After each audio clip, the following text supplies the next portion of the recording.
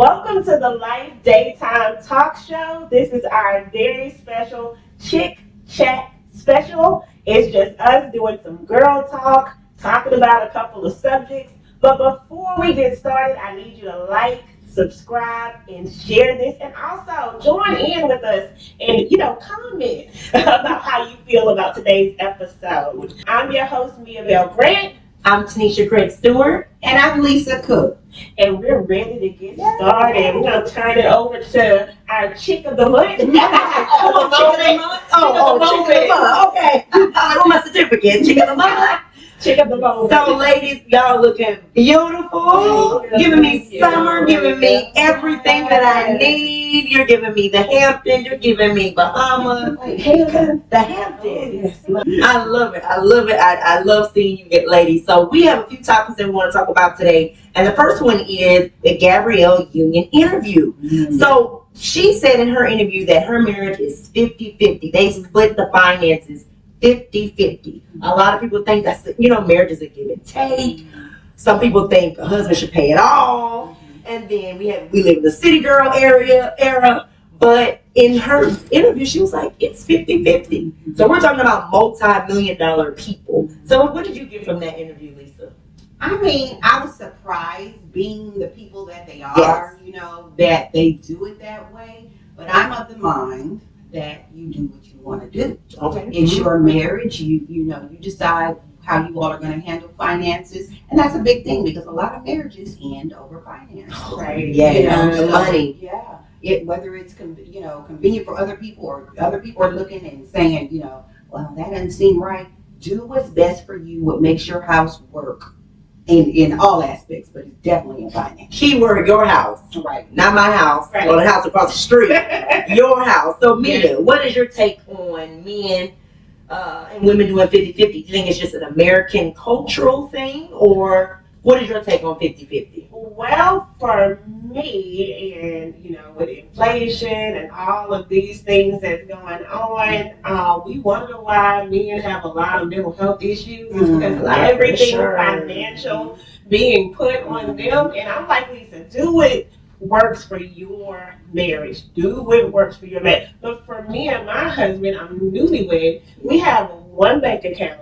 Everything that he makes goes into the bank account. Everything that I make goes into the bank account because we are one. And I think that you have to understand unity. And if both parties agree to do 50-50, that's unity, right? If both parties agree to do 100%, being that one, then, whatever works for your household. But I do think that today, because of inflation, so many factors, mental health, stress on men, our men, in society, like you have to help. So you're saying no money under the mattress? Y'all don't have no money. See, they too quiet. So you don't have money under the mattress just for your keepsake? I mean, if that's what you choose to do. You don't have any money under the pillow? Yeah, you can. I mean, a lot of people will do what you do. My husband and I have a joint account, and we both have separate accounts. Okay. So it works for us, but we make sure our house needs are met, and, we have that little money, So everyone's different. That's basically it. Right. So whatever works best for you. If you're not good in finances, you might say, here you go, husband, here you go, wife, handle it. Right. But everyone is different. So I thought that was an interesting interview. Absolutely. Yes. No, I don't have no money under the mattress. Now, see, I'm old school. I'm gonna have a few little stacks under that mattress. Because I feel like that if I'm making it now, I can do it again. Okay. And so I went off the favor. Okay. But I need money too now. Right. I don't need to put it to the side because just as I'm doing today, if something happens, I'll be able to do that. And Absolutely right. I love it. And we all independent. And I do have my money under the mattress. Let's talk about this. We talk about the 50-50. Let's talk about these work relationships. It's serious. Work husbands and work wives. Like, I'm gonna go to Lisa because I'm working from home right now, me and my husband. So, Oh wow, that culture has shifted. yeah. But I know, Lisa, you're working in the office. Do you have a work husband? Your husband is your work and your home husband. Listen, I'll be honest. I had a friend that I used to work with, and rest in peace, he's passed on. But he was just a super guy. He was a friend of mine, but he was a friend of, like, because I work where it's sort of female dominated field. But we would all go to lunch. When he got married, we took him, and took him to a little show, a little premarital show. But we just had that kind of friendship with him, and it's sort of what's said to be sort of like, we joke, he's my work husband or whatever, but he knew my husband. You know what I'm saying? There was nothing. I think with these things, you can take them too far. I didn't share intimate, relationship details with him. It wasn't like that. But if he took us out, or if we all went out to lunch, together, he would open the doors for us. He was, the male guy, the whatever. But we would use that term, loosely. That's my work husband, and we, just do for each other. It was more familial than anything. Yeah. So, Tanesha, I know that, you work, plus you work in the gym. So, do you have any gym husbands? I'm not gonna play with her today because you trying to. Hold on, Tanesha, let me go get you that water. Let me get it for you. Look, she's being funny, but I am in education as well, and I will tell you, that's some drama in the schoolhouse. You better go visit your husband. You need to go visit your husband today, your wife today, because it happens all the time. Because you're really there 8 hours a day, 7 hours a day, majority of your day. So, like she said, you can start off as colleagues, depending on one another. I had a work neighbor. I consider a work neighbor. Somebody you can depend on. Hey, I'm running late. But you do naturally develop a relationship. Mm-hmm. Can that relationship go left and right? I think it can. And so you have to remember boundaries. Mm-hmm. So that's education. But the gym, I see it all the time. Not in me, but I see it happening all the time. First what time do you come up at the gym? And then y'all miraculously come to the gym at the same time, and then y'all sharing water bottles. But we're not here for that today. We're not here for that today. But it can happen so naturally, and then your real husband say, "Who is Tom?" Because Because he's looking at the receipts, because you just said y'all share a bank account. So he's looking at why you buying all these double Starbucks. Who's eating up this Starbucks money? So you got to be careful. Can I push the envelope a little bit more? Okay. So you said a good thing. You talked about boundaries. Yes. How do you set those boundaries and say, okay, hey, we are, we work in this place 8 hours a day. Yeah. We see each other all of the time. Lisa, how do you set those boundaries so that folks won't cross those boundaries in work? You just basically let people know. My husband is my husband. That's just it. Okay. But when you start sharing intimate things, I think things can go. They say most extramarital affairs start in the workplace, so you have to be cognizant. You have to be cognizant of how far you let things go. Like she was saying, set boundaries. You have to, know that it's okay. This was fun yesterday, but today he said, and I'm kind of. So you have to address that right off the bat. In the bud, So yeah, you just do it. I'll say that's excellent, because my school day ends at 2:25, and a lot of my friends and colleagues laugh at me when I tell them you're my 2:25 friend. Mm-hmm. At 2:25, we done. I really rock with you, but until 2:25, right, I'm going. And so a lot of my friends really laugh at that, but that's literally my mentality. Meaning, Miss Johnson, you are awesome. You're this. We share everything. Pencils, hallway. You text me if you're late, but at 2:25, you don't know nothing about me.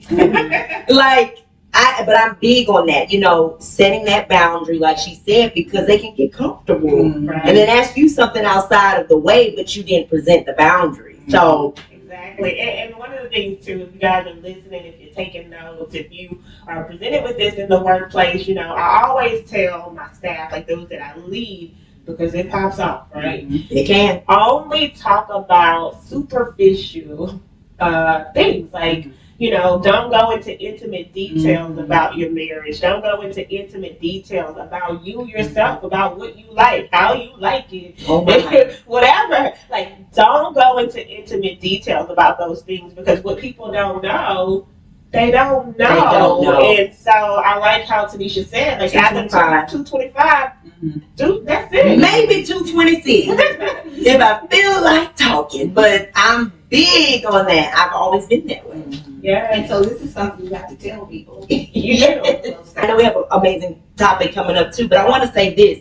Be careful what positions you put yourself in. I'll be the first to tell you, I'm not getting on the party bus with y'all. I'll meet you there. Because a lot of things can happen when you put yourself in a situation. You could be innocent, but you got to be careful. Right. And there's a lot of work trips on the beach.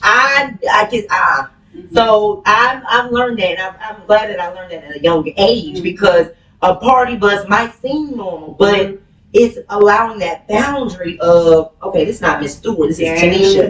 A lot of you don't want to speak Tanesha, and I don't want you to know who Tanesha is. Only on the live daytime. But you got to be careful how you put yourself in a situation too, and where you go with your work friends. You do. And in this age of social media, Ooh, gotta be careful. Be on social media, and it's like, And that's another thing. Don't invite don't friend your coworkers on social media, because you can be judged. You can be judged, because after 225, you may be a different type of person. Yes. But you will never know. You'll never see, because you're blind. No, just tell them you're blind. That's what it is. I couldn't find you. You're never going to find me because I'm blind. Are you on Facebook? No. Instagram? Nada. So, ladies, we're talking about relationships. Let's talk about women's sort of relationships that we have. Remember the movie Mean Girls? Yes, I do. I know. But that was set sort of in a high school setting, and you kind of think, you expect that it should stay in that kind of setting. But what about toxic women who you have around you that just are determined to be mean girls? You know what I'm saying? How do you show them that, I'm not one to be played with, but, keep it classy? So I'll say this.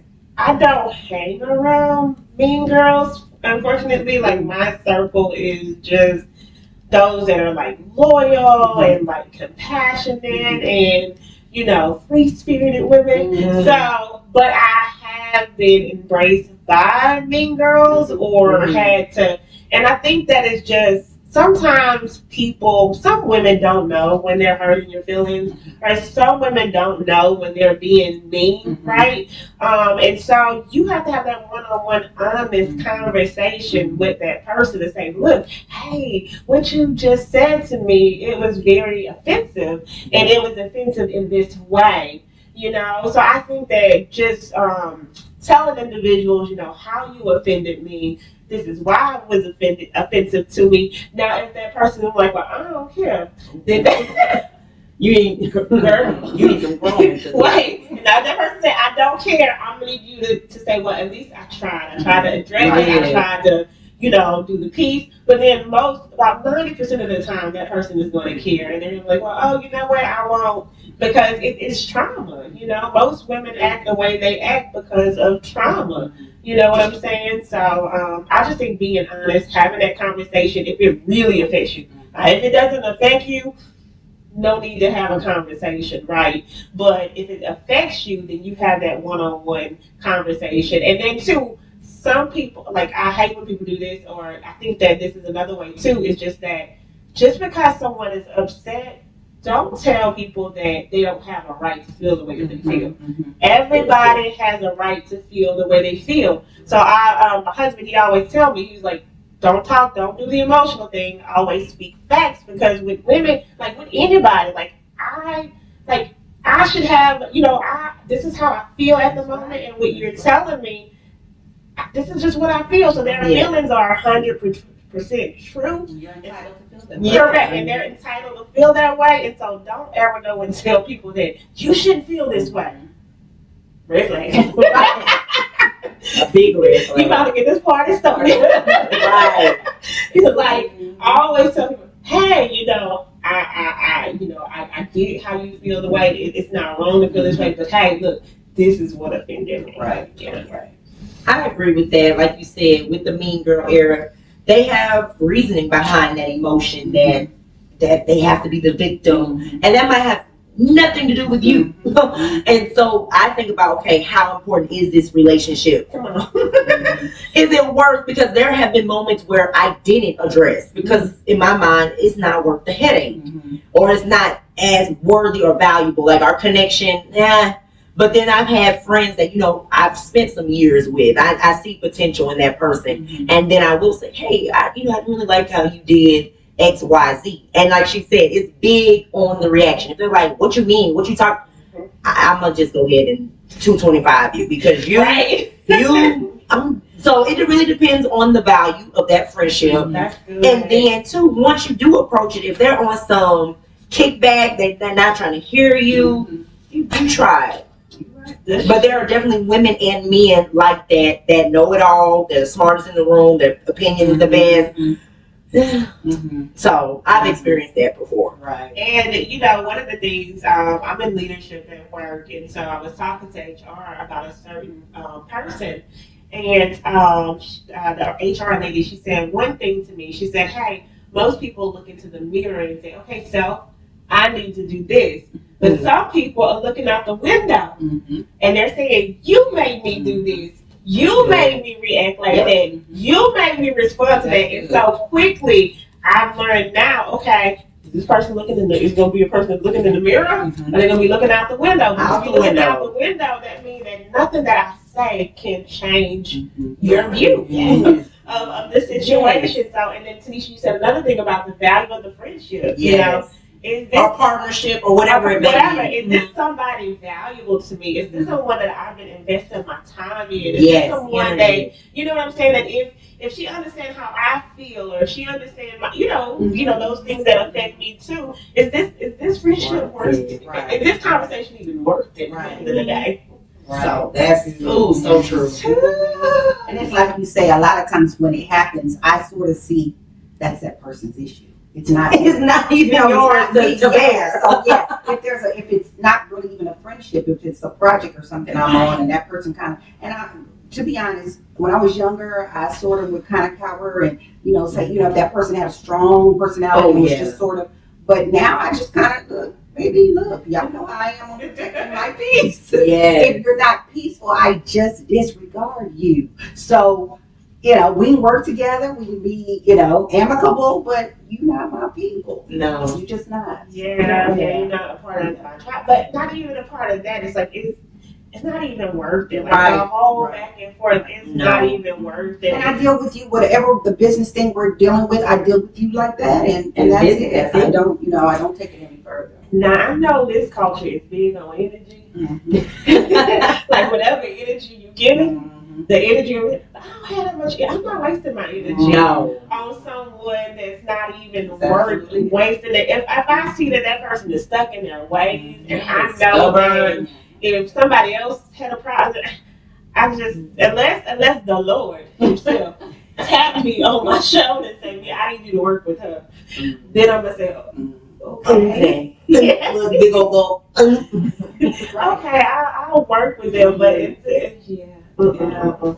I like you said, I've invested so much into my peace and working on myself until it's like water roll off the duck's back. Okay, this has been another amazing chit chat special, you guys.